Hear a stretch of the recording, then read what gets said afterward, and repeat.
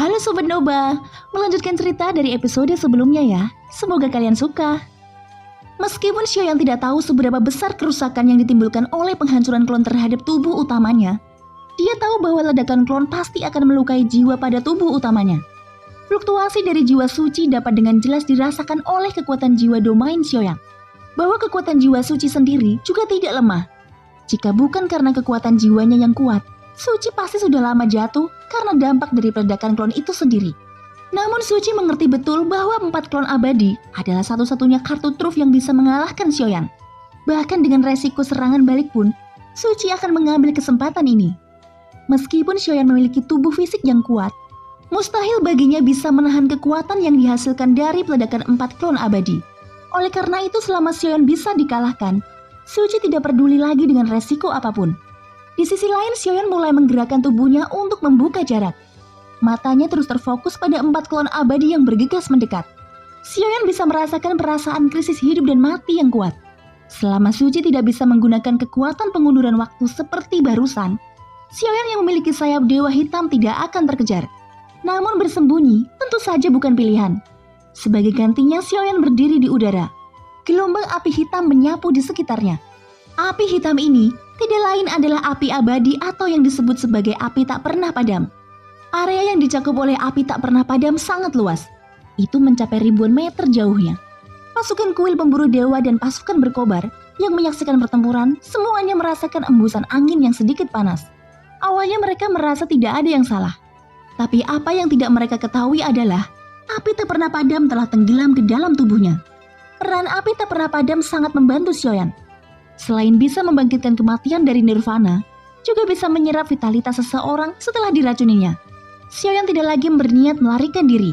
Karena Suci ingin bertarung sampai mati, maka Xiaoyan akan melakukan hal yang sama. Dia akan melakukan yang terbaik melawan Suci untuk yang terakhir kalinya. Pertama-tama Xiaoyan ingin meningkatkan kekuatan fisiknya secara ekstrim. Tubuh guntur dewa abadi dan nadi guntur void beredar di tubuh Xiaoyan. Setelah itu guntur yang mengamuk mengelilingi di sekitarnya untuk membentuk penjara guntur. Memungkinkan Xiaoyan bisa bertahan di dalamnya untuk sementara waktu. Mata kiri Xiaoyan tertutup. Mata dewa yang diwarisi Susang dapat melihat ke masa depan. Xiaoyan ingin melihat betapa mengerikannya kekuatan penghancuran diri dari 4 klon abadi tersebut. Dan ingin melihat hasil seperti apa jika dia menerima ledakannya. Cahaya dan bayangan Xiaoyan berkedip di matanya. Keringat dingin merebes keluar di dahinya. Seolah-olah dia melihat pemandangan yang luar biasa. Apakah aku akan kalah? Ucap Xiaoyan membuka mata kirinya. Cahaya serta bayangan di mata kirinya menghilang. Pada saat ini wajahnya serius. Dia menutup matanya kembali. Cahaya dan bayangan muncul lagi di matanya. Tidak benar mengatakan bahwa mata dewa dapat melihat ke masa depan. Lebih tepatnya adalah mata dewa bisa menghitung hasil berdasarkan semua yang terlihat sejauh ini. Xiaoyan menggunakan mata dewa untuk yang kedua kalinya. Dan hasilnya berbeda. Adegan pertempuran yang dilihatnya berubah lebih banyak lagi. Dia segera menyadari bahwa efek mata dewa lebih kuat dari yang dia bayangkan. Sesuatu yang belum pernah dia lihat sebelumnya dapat ditemukan dari mata dewa. Lagi pula kekuatan jiwanya tidak cukup kuat sebelumnya. Biaya menggunakan mata dewa terlalu tinggi. Tetapi sekarang dengan restu dari klon pemakan jiwa, Xiaoyan bisa memenuhi kebutuhan yang diperlukan mata dewa. Pada saat yang sama jiwa-jiwa yang mati dalam pertempuran semuanya berkumpul menuju Xiaoyan dari segala arah. Dan klon pemakan jiwa menyerap jiwa-jiwa yang mati ini. Hanya dalam waktu singkat, mata kiri Xiaoyan telah terbuka dan tertutup beberapa kali. Keringat dingin terus menetes di dahinya. Di antara hasil ini tanpa kecuali Xiaoyan dikalahkan. Meskipun proses pertempurannya berbeda, tetapi hasil akhirnya tidak akan berubah. Dia tidak bisa menahan kekuatan penghancuran diri dari tempat klon abadi. Tidak mungkin. Bukankah ada peluang 1/10? Ucap Xiaoyan.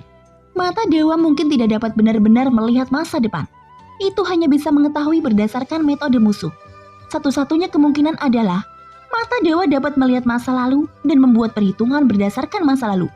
Refleksi di mata kiri dapat dikatakan nyata tetapi tidak sepenuhnya nyata. Dalam gambar yang dilihat Xiaoyan, dia menggunakan metode pertempuran yang berbeda. Namun hasilnya semuanya dikalahkan. Xiaoyan kembali menutup matanya. Singkatnya setelah menggunakan mata dewa sebanyak 18 kali berturut-turut, Xiaoyan akhirnya menemukan harapan kemenangan. Dalam perhitungan ini Xiaoyan dapat mengalahkan Suci.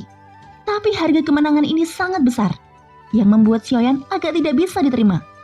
Untuk dapat menahan 4 klon abadi itu, Xiaoyan harus membakar esensi darah Yuan Shen dan meledakkan klon Yonghei-nya. Di antara 18 perhitungan, hanya dengan cara ini Xiaoyan dapat mengalahkan Suci. Karena menurut perhitungan, metode Suci lebih dari penghancuran diri dari 4 klon abadi. Dia masih memiliki kartu truf tersembunyi lainnya. Xiaoyan mengangkat kepalanya melihat keempat sosok yang mengejarnya. Wajahnya suram, jelas dia tidak didamaikan. Hanya ada satu kemenangan dalam 18 kali. Itu tidak mungkin, ucap Xiaoyan merasa sangat enggan. Pertarungan ini pasti akan sengit. Tidak hanya untuk Xiaoyan, tetapi juga untuk Suci. Tidak ada dari mereka yang bisa mundur. Mereka harus bergegas maju bahkan jika mereka menggigit peluru. Daripada terus menunda-nunda seperti ini, lebih baik langsung bertarung. Untuk memenangkan pertempuran ini, Xiaoyan harus menerima berapapun harganya. Terlihat api hitam melonjak keluar di sekitar tubuh Xiaoyan. Dan kemudian ada suara keheranan yang tak terhitung jumlahnya. Orang-orang yang terinfeksi api abadi dapat dengan jelas merasakan bahwa vitalitas mereka sedang ditarik. Dan semua vitalitas yang hilang ini melonjak ke arah Xiaoyan. Xiaoyan tidak memperdulikan keterkejutan semua orang. Dia memfokuskan perhatiannya pada 4 klon abadi yang semakin mendekati. Xiaoyan tidak berencana untuk bersembunyi lagi. Lagi pula tidak masuk akal untuk mundur. Dan tidak perlu bagi Xiaoyan untuk mundur. Xiaoyan memuntahkan seteguk darah. Tapi darah ini bukan merah tua, melainkan berwarna darah emas, yang merupakan membakar esensi darah dari klon Yuan Shen. Melihat Xiaoyan yang berhenti di udara, mata Suci terpaku. Dia sepertinya tahu bahwa momen ini akan menjadi penentu. Sudut mulutnya sedikit terangkat. Menurut pendapatnya, Xiaoyan akan segera berakhir. Tidak kusangka bahwa pada akhirnya, aku harus menggunakan teknik terlarangku.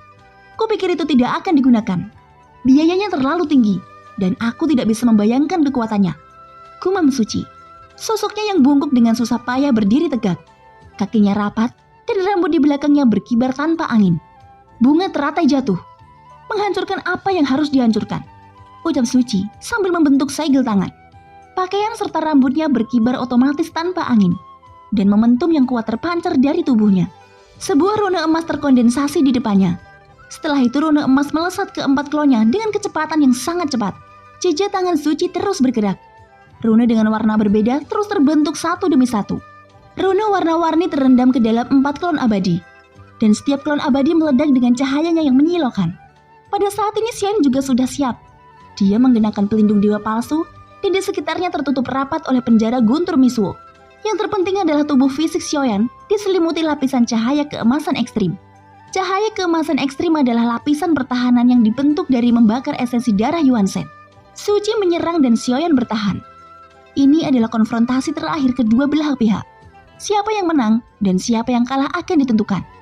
Wajah Suci pucat. Dapat dilihat bahwa dia menjadi sangat lemah setelah mengaktifkan teknik terlarangnya. Suci menutup matanya. Tubuhnya tetap tidak bergerak dan nafasnya menjadi lemah. Jika seseorang merasakan nafas Suci saat ini, seseorang akan menemukan bahwa jantungnya akan berhenti berdetak.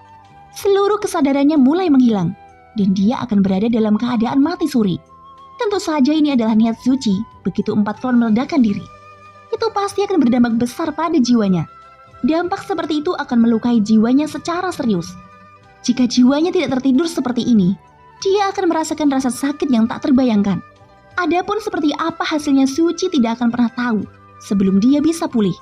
Jika keempat klon meledakkan diri dan dia tidak dapat menyelesaikan Xiaoyan, maka pada saat itu dirinya lah yang akan dilenyapkan. Butuh waktu lama bagi jiwa yang terluka untuk perlahan pulih. Dan waktu pemulihan bisa mencapai 100 tahun atau bahkan lebih. Jelas harga yang dibayar Suci sangat berat dibandingkan dengan Xiaoyan. Pada saat ini 4 klon abadi mengelilingi Xiaoyan dari arah yang berbeda. Kemudian 4 klon abadi meledak dengan cahaya yang sangat menyilaukan. Rune yang telah terperangkap di tubuh mereka bergegas keluar. Dan kemudian bayangan muncul di atas kepala mereka. Xiaoyan mendongak ke atas hanya untuk melihat bunga teratai muncul di atas kepala mereka. Melihat ini Xiaoyan mengangkat alisnya. Itu agak mirip dengan teratai api Buddha miliknya. Bahkan mungkin memiliki efek yang sama. Meskipun inti kekuatannya berbeda, tetapi melihat dari bentuknya, sepertinya mereka juga menceritakan nasib satu sama lain. Ini adalah ujian yang diberikan kepada kedua belah pihak oleh Yang Mulia Zuzang. Pada saat ini bunga teratai perlahan terbuka. Dan 4 klon abadi berkembang dengan cepat. Kekuatan abadi dalam tubuh mereka sepenuhnya dilepaskan. Dan energi kekerasan menghancurkan meridian mereka. Apa yang terjadi berikutnya adalah 4 suara ledakan berturut-turut. Suara ledakan diri tidak terlalu keras, tetapi kehampaan yang bengkok cukup untuk melihat kekuatannya. Kabut darah langsung menginfeksi seluruh bunga teratai, dan kekuatan ledakan diri langsung menyapu Xiaoyan. Penjara guntur Misuo di sekitar tubuh Xiaoyan langsung dimusnahkan hampir seketika. Kemudian kabut darah yang mengamuk itu menerobos masuk menyapu Xiaoyan. Armor dewa palsu di tubuh Xiaoyan bahkan tidak bisa bertahan sebelum dihancurkan. Setelah itu kabut darah yang mengandung energi kekerasan membentuk pusaran dan mulai menghancurkan cahaya keemasan yang memancar dari tubuh Xiaoyan. Cahaya keemasan adalah pertahanan terakhir Xiaoyan. Xiaoyan saat ini seperti bahan obat di dalam tungku. Kekuatan penghancuran diri dari 4 klon abadi suci bermaksud untuk memurnikan Xiaoyan menjadi bubuk. Kabut darah menelan cahaya keemasan di permukaan tubuh Xiaoyan. Ekspresi Xiaoyan sangat serius. Melihat cahaya keemasan yang berangsur-angsur memudar, tanpa ragu lagi dia memutahkan seteguk darah emas lagi. Salah satu dari tanda 3 bintang yang bersinar di antara alis Xiaoyan berangsur-angsur meredup. Kekuatan 3 bintang Yuan Shen jatuh ke 2 bintang. Di antara 4 klon abadi yang meledak ini, sudah mencapai keabadian Kaiser langkah kelima. Dan yang terlemah adalah langkah ketiga. Kekuatan gabungan dari 4 klon tidak bisa diremehkan. Bahkan keabadian Kaiser langkah ke-8 akan langsung dimusnahkan menjadi abu oleh ledakannya. Konfrontasi semacam ini sebenarnya berumur pendek. Selama Xiaoyan bisa menahan ledakannya, Xiaoyan akan menang. Tetapi jika dia tidak dapat menahannya, Xiaoyan akan dihancurkan dalam sekejap. Bahkan setelah Xiaoyan membakar esensi darah Yuan Shen, masih sulit untuk menolak kekuatan destruktif. Kabut darah berputar dengan liar. Cahaya keemasan yang meluap dari tubuh Xiaoyan menghilang dengan kecepatan yang merusak. Dengan keadaan seperti itu, Xiaoyan hanya bisa menggunakan kekuatan fisiknya untuk menahan. Situasi orang ini sangat gawat. Apakah dia benar-benar akan dikalahkan? Ucap Jian Xiangyang ketika melihat Xiaoyan ditangkap dengan teratai berdarah. Jian Xiangyang mengalihkan pandangannya pada Suci yang duduk bersila dengan mata tertutup rapat. Suci ini juga sangat kuat. Dengan metode seperti itu, saya khawatir setelah permaisuri, dia mungkin benar-benar tumbuh menjadi orang terkuat di alam Suanyin, gumam Jian Xiangyang. Dalam pertempuran ini, salah satu dari kedua belah pihak pasti akan mati. Mereka memiliki kekuatan yang sama-sama mengejutkan. Dan saya tidak tahu siapa yang bisa bertahan sampai akhir, ucap Jian Xiangyang kembali. Pada saat ini cahaya keemasan di tubuh Xiaoyan meredup lagi. Kedua tanda bintang berkedip-kedip. Saat berikutnya 1 bintang itu menghilang dan hanya tersisa 1. Dengan kata lain, kekuatan klon Yuan Shen saat ini benar-benar anjlok menjadi 1 bintang. Saat kekuatan klon Yuan Shen anjlok menjadi 1 bintang, kekuatan tubuh fisik Xiaoyan juga turun dengan cepat. Dalam keadaan seperti itu, cahaya keemasan yang baru saja diaktifkan mulai runtuh dengan cepat. Xiaoyan menggertakkan giginya. Dia pernah melihat pemandangan ini di mata dewa sebelumnya. Jadi dia tidak terkejut, hanya saja dia masih enggan. Namun sepertinya tidak ada cara lain untuk menghadapi situasi saat ini. Tubuh Xiaoyan berkelap-kelip dengan guntur hitam, yang menandakan bahwa tubuh aslinya juga mengalami peningkatan di bawah kekerasan ini. Inti Guntur Void, bisakah kamu membuka paksa semua pembuluh darah Guntur? Tanya Xiaoyan dengan ragu. Dia tidak tahu konsekuensi dari melakukannya.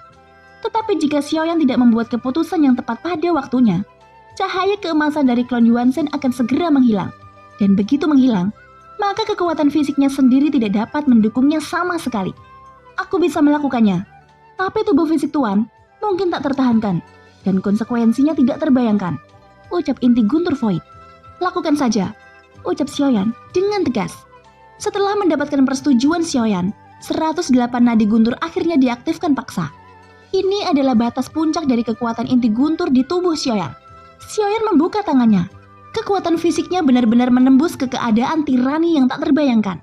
Seolah-olah Xiaoyan saat ini telah mencapai tingkat kekuatan tubuh keabadian fisik. Kekuatan fisik Xiaoyan saat ini berlipat ganda. 1 dari klon Yuan Shen dan 1 lainnya dari tubuhnya sendiri.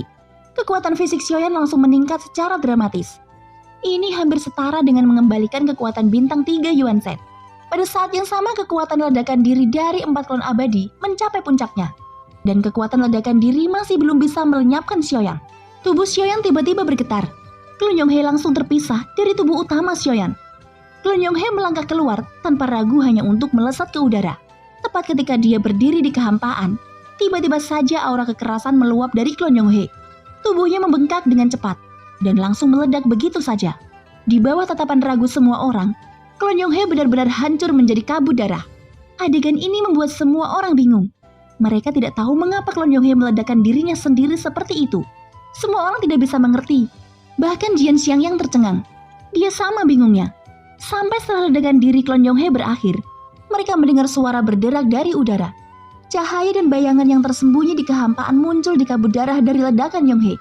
Ini adalah formasi awan mata langit dari kuil pemburu dewa. Ucap terkejut semua orang dari pasukan berkobar. Baru kemudian mereka menyadari bahwa formasi awan mata langit diam-diam diaktifkan pada saat-saat terakhir.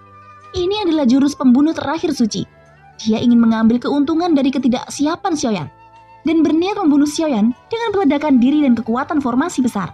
Tapi apa yang tidak Suci harapkan adalah Xiaoyan sudah melihatnya di matanya. Jadi sebelum Suci mewujudkan rencananya, Xiaoyan sudah melakukan pemblokiran terlebih dulu. Pada saat yang sama bunga teratai dari kabut darah yang menutupi Xiaoyan mengeluarkan suara ledakan terakhir. Kabut darah menyebar seolah-olah ditampar dengan keras oleh telapak tangan. Dan semua kekuatan dicurahkan. Semua orang melihat ke arah di mana Xiaoyan berada. Kabut darah perlahan menghilang dan sosok bayangan masih ada di dalamnya. Di tubuh sosok itu terdapat petir hitam yang terus berkeliaran. Bahkan matanya juga tertutup oleh petir. Xiaoyan melangkah keluar. Ada lautan guntur di belakangnya. Saat berikutnya sosoknya muncul di depan para klon dewa yang tersisa. Tinju yang dibungkus oleh guntur mengandung kekuatan abadi yang menakutkan. Dapat dilihat bahwa klon dewa sama sekali bukan lawannya. Mereka dibunuh oleh Xiaoyan tanpa perlawanan. Dengan jentikan jari Xiaoyan, seberkas nyala api melonjak keluar. Lalu membakar tubuh dan jiwa klon ini menjadi abu. Baru pada saat itulah, mata Xiaoyan perlahan beralih ke Suci yang sedang duduk bersila di kejauhan. Suci yang duduk bersila tetap tidak bergerak. Semua klonnya terbunuh dalam pertempuran. Sekarang Suci sendiri yang tersisa. Selama Xiaoyan membunuh Suci, dia akan memenangkan pertempuran ini. Orang ini benar-benar berhasil melewatinya. Dia sebenarnya bisa menahan ledakan diri dari 4 klon abadi. Dan bahkan memblokir formasi mata langit dengan tepat waktu. Kemampuan dan persepsi seperti itu sungguh menakutkan. Ucap Jian Xiangyang memandang Xiaoyan dengan kagum. Meskipun sebelumnya dia tidak terlalu optimis kepada Xiaoyan, tetapi hasil akhir ini membuatnya sekali lagi terbengkak dan memaksanya harus mengubah pandangannya tentang Xiaoyan. Setelah pertempuran ini, dia sepenuhnya mengakui kekuatan Xiaoyan. Tetapi ketika dia menoleh untuk melihat sang ratu di atas tanduk naga, dia menemukan bahwa tidak ada senyuman di wajah sang ratu. Mengapa dengan ekspresi yang mulia ratu? Mungkinkah sesuatu yang buruk terjadi? Gumam Jian Xiangyang dengan bingung. Suara Jian Xiangyang belum selesai sepenuhnya. Tiba-tiba saja guntur yang berkedip di tubuh Xiaoyan mulai mengamuk. Dan garis-garis guntur hitam terus keluar dari tubuhnya. Guntur hitam menembus tubuh Xiaoyan seperti rebung yang menembus tanah. Seluruh tubuhnya tampak akan dihancurkan oleh guntur hitam yang menyelimutinya. Xiaoyan menyemprotkan darah segar. Dia tidak berani bergerak. Segera nyala api hitam melonjak keluar dari bawah kakinya, kemudian berubah menjadi teratai besar. Pada saat yang sama klon Yuan Shen terpisah dari tubuh Xiaoyan. Itu terbang menuju kehampaan sebelum berangsur-angsur menghilang. Xiaoyan duduk bersila dan menstabilkan tubuhnya yang hampir roboh. Kali ini dia benar-benar menderita kerugian besar. Untungnya dia memiliki tubuh dari Yang Mulia Susang. Jika tidak, dia tidak akan mampu menahan nadi guntur yang mengamuk. Dengan membuka paksa 108 nadi guntur, sudah cukup untuk membuatnya meledakkan dirinya sendiri. Xiaoyan bertahan dari semua serangan Suci. Tetapi dia juga berakhir dengan luka parah. Akhir cerita ini hampir persis sama dengan apa yang dilihat Xiaoyan di mata dewa. Pada saat ini, vitalitas terus mengalir dari segala arah. Dan seseorang segera menyadari ada sesuatu yang salah. Kuil pemburu dewa sudah mencari alasannya. Tetapi pasukan berkobar di sisi lain tidak membuat kegelisahan. Mereka bahkan dengan sukarela mengirimkan vitalitas atau inisiatif mereka sendiri. Vitalitas ini mengalir ke arah Xiaoyan terus-menerus. Jian Xiangyang juga merasakan bahwa vitalitas yang sangat besar terus diserap oleh tubuh Xiaoyan. Tetapi saat vitalitas mengalir ke tubuh Xiaoyan, itu dihancurkan lagi oleh nadi guntur hitam. Mampu melihat pertempuran yang luar biasa, aku akan memberimu energi pedang dari puncakku. Ucap Jian Xiangyang mengulurkan jari-jarinya. Energi pedang emas menyapu dari ujung jarinya. Semua orang bisa melihat energi pedang yang mendominasi bergegas menuju Xiaoyan. Energi pedang emas langsung tenggelam ke dalam tubuh Xiaoyan. Dan nadi guntur yang mengamuk segera ditundukkan oleh tekanan pedang. Baru kemudian tubuh fisik Xiaoyan pulih dengan kecepatan yang terlihat oleh mata telanjang. Itu terbukti dengan sendirinya bahwa energi pedang Jian Xiangyang dapat membantu Xiaoyan. Adapun sang ratu dia tidak membantu Xiaoyan sama sekali. Dia hanya memperhatikan Xiaoyan dalam diam. 108 nadi guntur tidak dapat lagi menghilang setelah dibuka secara paksa. Jadi satu-satunya cara yang dapat dilakukan Xiaoyan sekarang adalah mengambil kesempatan ini untuk membuat terobosan. Jika 108 nadi guntur yang merusak benar-benar dapat dikendalikan, itu berarti tubuh Xiaoyan dapat menembus setengah langkah keabadian. Ini adalah terobosan besar bagi Xiaoyan untuk dapat menembus tubuh abadi setengah langkah. Tetapi sebaliknya jika dia gagal dalam terobosannya, maka tubuhnya akan benar-benar meledak. Xiaoyan tidak memiliki jalan keluar. Dia harus menerobos. Jika tidak, tubuhnya akan dihancurkan. Begitu dia mati, akan membutuhkan waktu lama bagi api abadi untuk membangkitkannya dari nirwana. Aku tidak punya waktu, jadi aku harus membuat terobosan, ucap Xiaoyan bertekad di dalam hatinya. Terobosan ini membutuhkan lebih banyak vitalitas kehidupan, dan vitalitas yang diberikan kepada Xiaoyan benar-benar cukup. Selama kuil pemburu dewa dan pasukan berkobar tidak pergi, seharusnya tidak akan ada masalah. Meskipun sang ratu tidak membantu, tetapi vitalitas yang diberikan oleh pasukan berkobar adalah bantuan terbesar untuk Xiaoyan saat ini.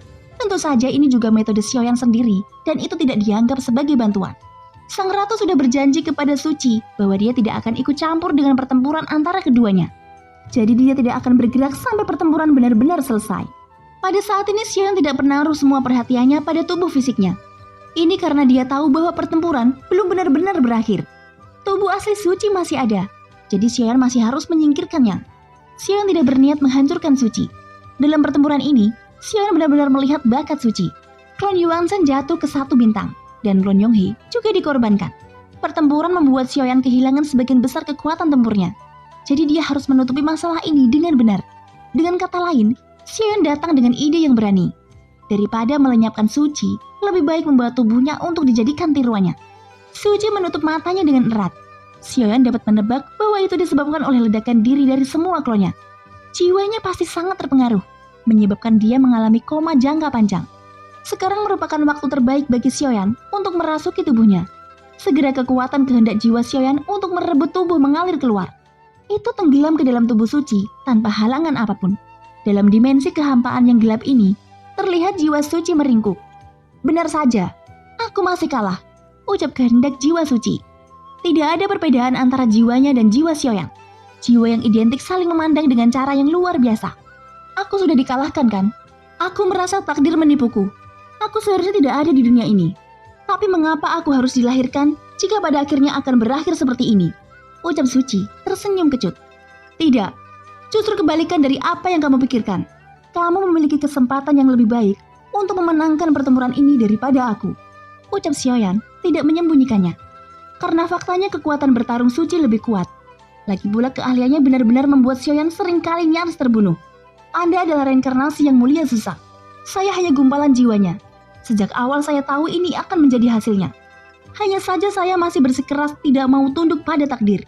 Jadi saya melakukan yang terbaik. Walaupun itu sia-sia. Ucap Suci menggelengkan kepalanya. Aku mencoba yang terbaik dalam pertempuran ini. Kamu tertidur lelap, dan tubuhku juga menghadapi kehancuran. Ini hanya kebetulan untuk menang. Ucap Xiaoyan, bukan karena Xiaoyan rendah hati, tapi inilah faktanya. Jika aku kalah, maka aku kalah. Aku juga sudah mencoba yang terbaik dalam pertempuran ini. Aku bersedia mengakui kekalahan. Tetapi yang tidak aku setujui dari kenyataan ini adalah, mengapa aku harus dilahirkan? Mengapa mengizinkanku ada di dunia ini, sedangkan aku tidak mempunyai keluarga ataupun kerabat? Ucap Suci menunjukkan kebenciannya. Jika saya bisa, saya lebih suka menjadi manusia biasa. Bahkan jika itu hanya untuk 100 tahun, setidaknya itulah kehidupan yang nyata. Ucap Suci lagi. Suci sekarang mengerti bahwa dia hanyalah jiwa yang terpisah dari orang kuat. Setelah Xiaoyan mengatakan yang sebenarnya kepada Suci, semua kepercayaan di hatinya runtuh. Dia tidak mau menerima kenyataan ini. Dan dia bahkan rela percaya bahwa ini adalah mimpi. Sebelumnya dia bertanya-tanya mengapa Xiaoyan terlihat sangat mirip dengannya. Selain gaya rambut dan pakaiannya, jika seseorang tidak melihat kepribadiannya, hampir tidak ada perbedaan dari segi fitur wajah di antara keduanya. Awalnya Suci berpikir bahwa Xiaoyan adalah penirunya, atau dia sedang merencanakan semacam konspirasi. Tetapi Suci tidak pernah berpikir bahwa dialah yang sebenarnya gumpalan jiwa. Tidak heran aku belum melahirkan ahli waris selama ribuan tahun. Ini karena aku tidak pernah menjadi kehidupan nyata, melainkan hanya roh. Ucap Suci dipenuhi dengan kesedihan yang mendalam. Selama tahun-tahun yang panjang ini, dia selalu merasakan kekosongan. Sekarang dia akhirnya memiliki jawabannya. Itu saja, ayo lakukan. Ucap Suci, 2 garis air mata mengalir dari matanya. Jika kamu mau, aku bisa mencoba membantumu dilahirkan kembali. Ucap Xiaoyan memandang jiwa Suci. Jiwa suci tidak memiliki lapisan 3 jiwa dan 7 jiwa. Itu secara aneh hanya ada 1 jiwa. Xiaoyan tidak tahu metode apa yang digunakan Susang untuk membuat jiwa ini melahirkan roh. Tapi apa yang Susang lakukan jelas tidak menjadikan Suci sebagai batu loncatan untuk Xiaoyan. Keberadaan Suci lebih seperti keberadaan bidak catur lainnya yang diatur Susang. Keduanya sama-sama pion yang diturunkan oleh Susang. Tidak ada prioritas, masing-masing sangat luar biasa. Kekuatan Suci juga sangat kuat. Tidak peduli siapa yang kalah, pemenangnya akan menggantikan yang lain. Kelahiran kembali. Tapi aku tetaplah gumpalan jiwa. Jadi apa gunanya kelahiran kembali? Aku harus mati. Hanya dengan cara ini, satu sisi dapat terpenuhi. Ucap Suci. Seruput dulu guys kopinya. Selamat malam minggu buat kalian semua. Oke lanjut. Xiaoyan dan Suci sama sekali tidak memiliki permusuhan. Tetapi takdir membuat mereka harus bertarung. Suci lalu berkata lagi. Tidak perlu. Aku tidak ingin dilahirkan kembali. Tetapi sebelum aku menghilang dari dunia ini, aku ingin menanyakan satu hal padamu. Ucap Suci. Hidup Suci sudah cukup.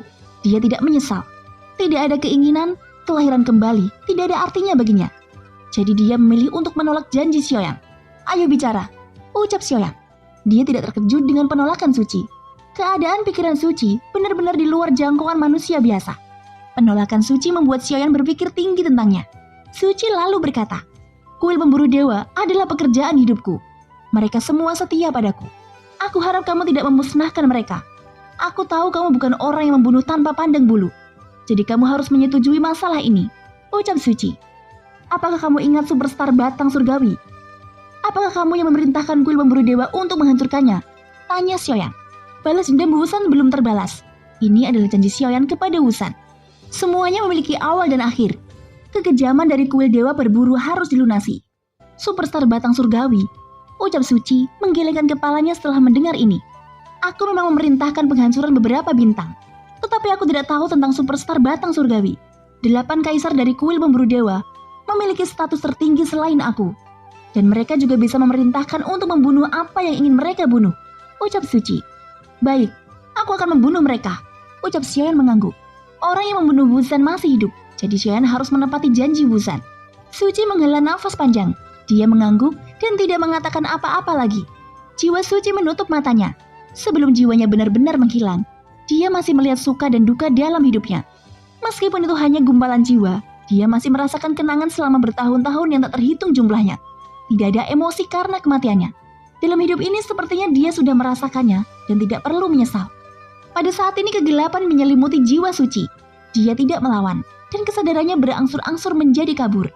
Dia merasa seperti memiliki mimpi yang sangat panjang. Dan sekarang dia terbangun dari mimpi itu. Xiaoyan menyabar tubuh jiwa Suci dengan sangat mulus tanpa halangan. Itu seperti tubuhnya sendiri, menyatu dengan jiwanya tanpa celah. Setelah sekian lama, mata Suci di dunia luar tiba-tiba terbuka. Meski jiwa Suci terluka, tetapi tubuhnya tidak terluka. Jadi setelah Xiaoyan berhasil merebut tubuhnya, keadaan Suci saat ini hampir tidak membutuhkannya untuk pemulihan. Kecuali untuk kekuatan abadi yang dikonsumsi. Keadaan Suci sama dengan keadaan Xiaoyan, yaitu tubuh utamanya jauh lebih lemah dari klonnya. Misalnya klon Youhe telah mencapai langkah ke-6 keabadian Kaisar, namun tubuh Suci masih bertahan di langkah kedua. Xiaoyan juga merasa aneh. Secara logis, Suci tidak kekurangan sumber daya. Mengapa dia masih berada di langkah kedua? Thank you guys sudah mendengarkan ceritaku sampai akhir. Selamat malam mingguan. Dan ikutin terus kelanjutannya ya. Sampai jumpa. Bye-bye.